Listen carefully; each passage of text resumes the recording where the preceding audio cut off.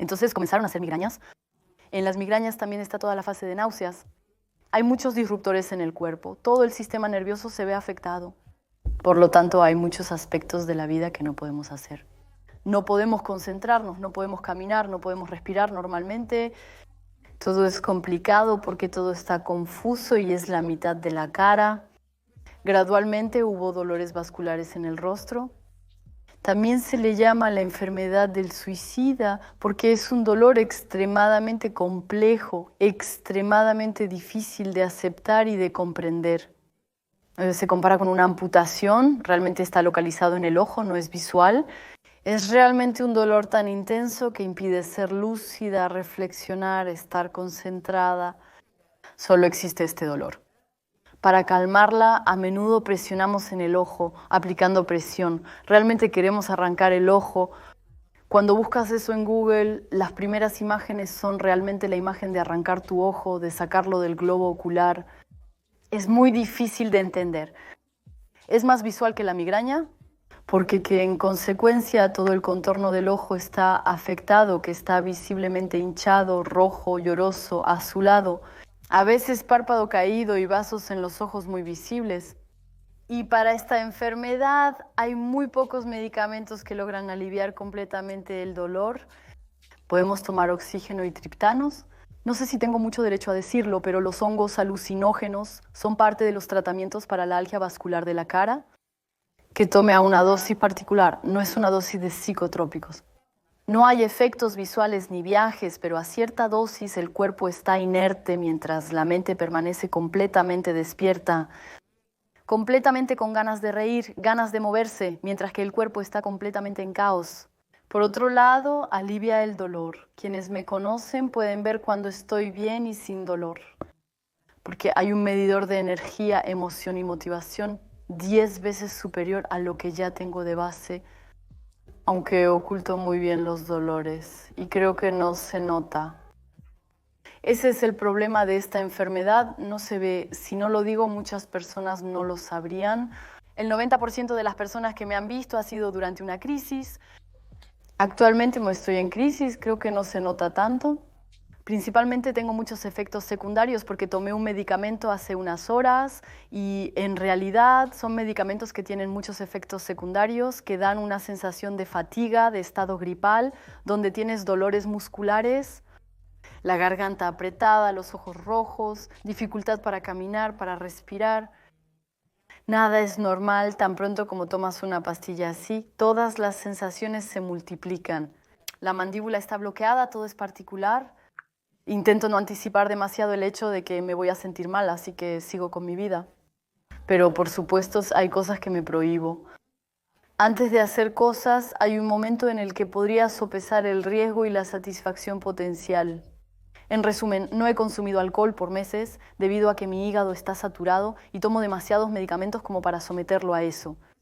Por ejemplo, conducir, pero es impensable. Me digo que podría enfrentar una crisis en algún momento. ¿Y qué hago? ¿Qué hago si no puedo detenerme?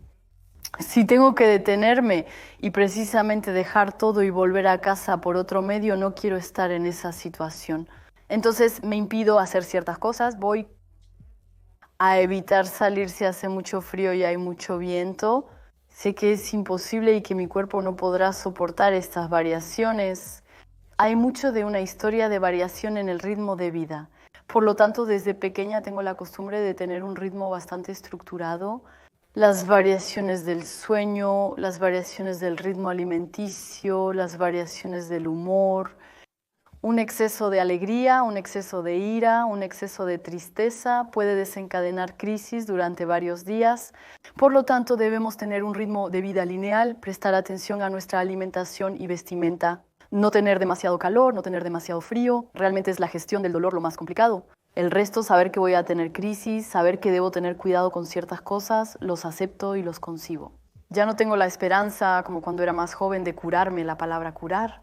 A los médicos les encanta darte la esperanza de que, sí, no, pero yo voy a salvarte, voy a encontrar la solución y vas a ver, va a estar bien. Por lo tanto, he tenido muchos diagnósticos falsos, incluyendo la enfermedad de Lyme, Comencé un protocolo con la enfermedad de Lyme que me costó alrededor de 800 euros en médicos, análisis que no fueron reembolsados en absoluto, protocolos de salud que costaban 250 euros cada 2 semanas, cosas locas para que al final te digan, ah, no.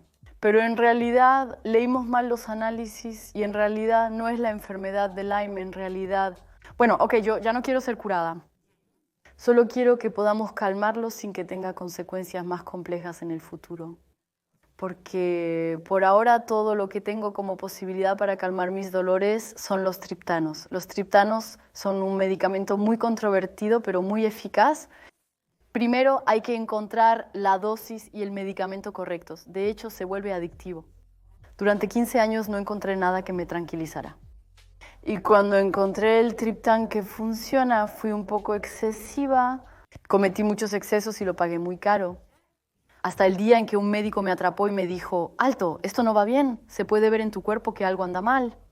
Tenía moretones por doquier, muchas cosas fallaban porque mi cuerpo estaba intoxicado, estaba completamente adicta.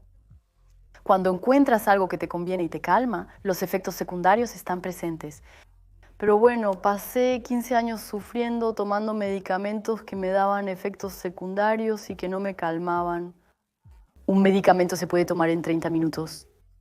Estaré mal por 2 horas, pero luego podré pasar mi día tranquila hasta la próxima crisis, creando un círculo vicioso. Mi cuerpo pedía cada vez más medicamentos, por lo tanto secretaba aún más dolor.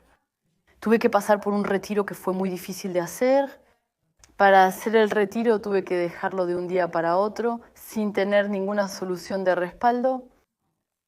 Tenía impulsos de querer tomarlo porque el dolor era horriblemente difícil de manejar. No lo sé, es más en sensaciones, en las manos, los músculos, los nervios.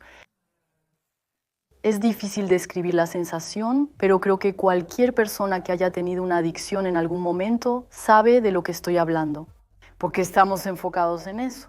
Mientras trabajaba, me decía a mí misma que en 30 minutos podría estar mejor si tomara este medicamento.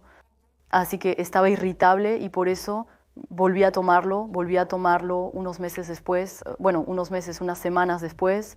Volví a tomarlo poco a poco, intentando espaciarlo al máximo, intentando tener dosis dentro de lo normal y que no sea problemático. No esperé la aprobación médica para retomar el tratamiento porque los médicos no son suficientes de todas formas. En resumen, el personal médico carece de empatía en cualquier situación. Si me pidieron que me desintoxicara es porque iba a tener que calmar todo lo que estaba pasando en mi cuerpo, que iba a tener que desintoxicar todo eso, porque tenía riesgos, que en 5 o 10 años tenga aún más desviaciones neuropáticas, que se propague y que me incapacite mucho más que solo las migrañas. De hecho, era o no vivía ahora porque los dolores eran demasiado intensos para que tuviera una vida normal, o al menos que se acerque a algo relativamente saludable. Y por otro lado tenía la angustia de, bueno, entonces en 5 a 10 años algo podría suceder, pero en realidad algo sucede. O aquí ahora no puedo hacer nada. Intenté retomar el medicamento con una dosis mucho más saludable, tratando de mantener un ritmo que no sea tóxico.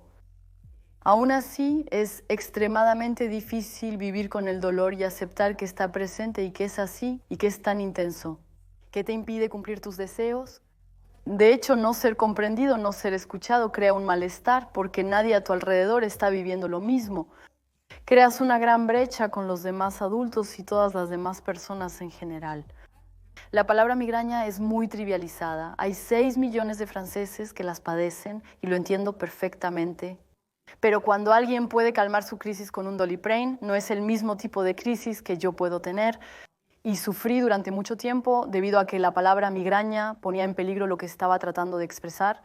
Cuando tienes una enfermedad invisible, pasas la mitad del tiempo tratando de convencerte de que en realidad estás bien y no tienes nada.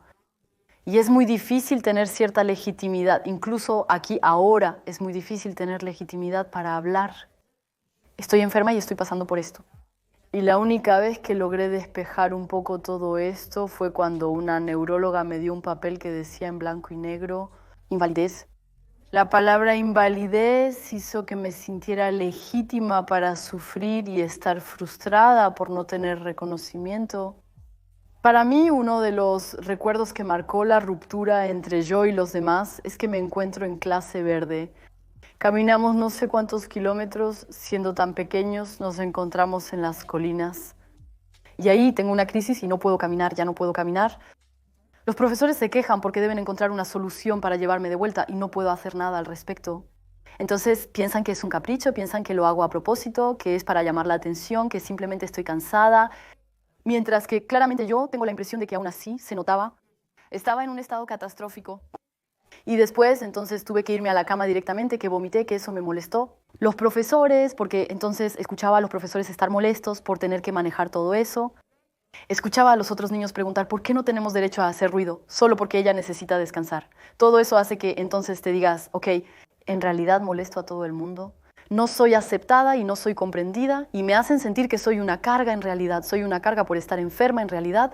No quería ser una carga, así que me quedé en silencio. Tenía que hablar con la gente como si nada hubiera pasado, mientras que en el fondo solo quería estar en mi cama, acurrucada y que nadie me hablara. La culpa es algo que marcó completamente toda mi infancia. El aspecto de ser una carga y sentirme completamente culpable de serlo, de ser esa carga y no poder superarlo, porque muchas personas logran superar su dolor. No creo que esté exagerando mis dolores y por el contrario, creo que soy muy valiente.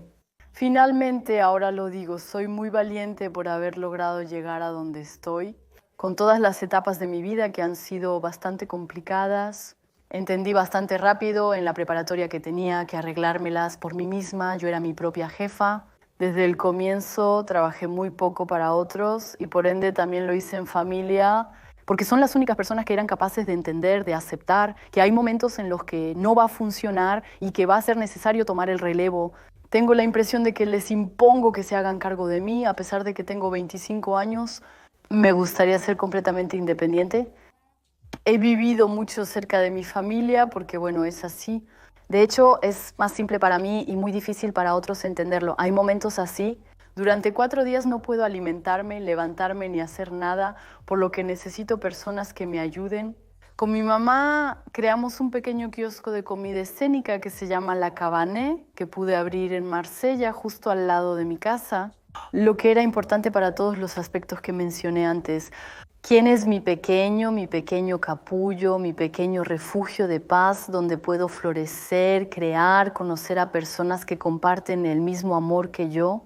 Para la cocina casera, la cocina escena, ahí es donde me siento en mi lugar y me lo devuelven todos los días. Era importante que pudiera mostrar que hay esperanza, que hay algo positivo que sacar de ello, que no estamos obligados a sufrir en silencio toda nuestra vida. Pero no quiero tener un lado en absoluto. Yo tuve éxito, por lo tanto necesariamente tendrán que superarlo, porque sé lo difícil que es. Y también hay una parte de mí que quiere decir que también acepten que es difícil. Y no solo ocultarse la cara como lo hice durante mucho tiempo. Creo que hablar de ello hoy también me permite hacer entender a las personas que me han conocido o conocen, más joven o incluso ahora, y que no se dieron cuenta de lo que realmente estaba pasando en mi vida. Tuve fases mucho más complejas que oculté durante mucho tiempo y que todo el aspecto de la enfermedad no se reduce a simplemente volver a casa y no estar presente porque no me siento bien. Muchos otros aspectos de mi vida han sido impactados.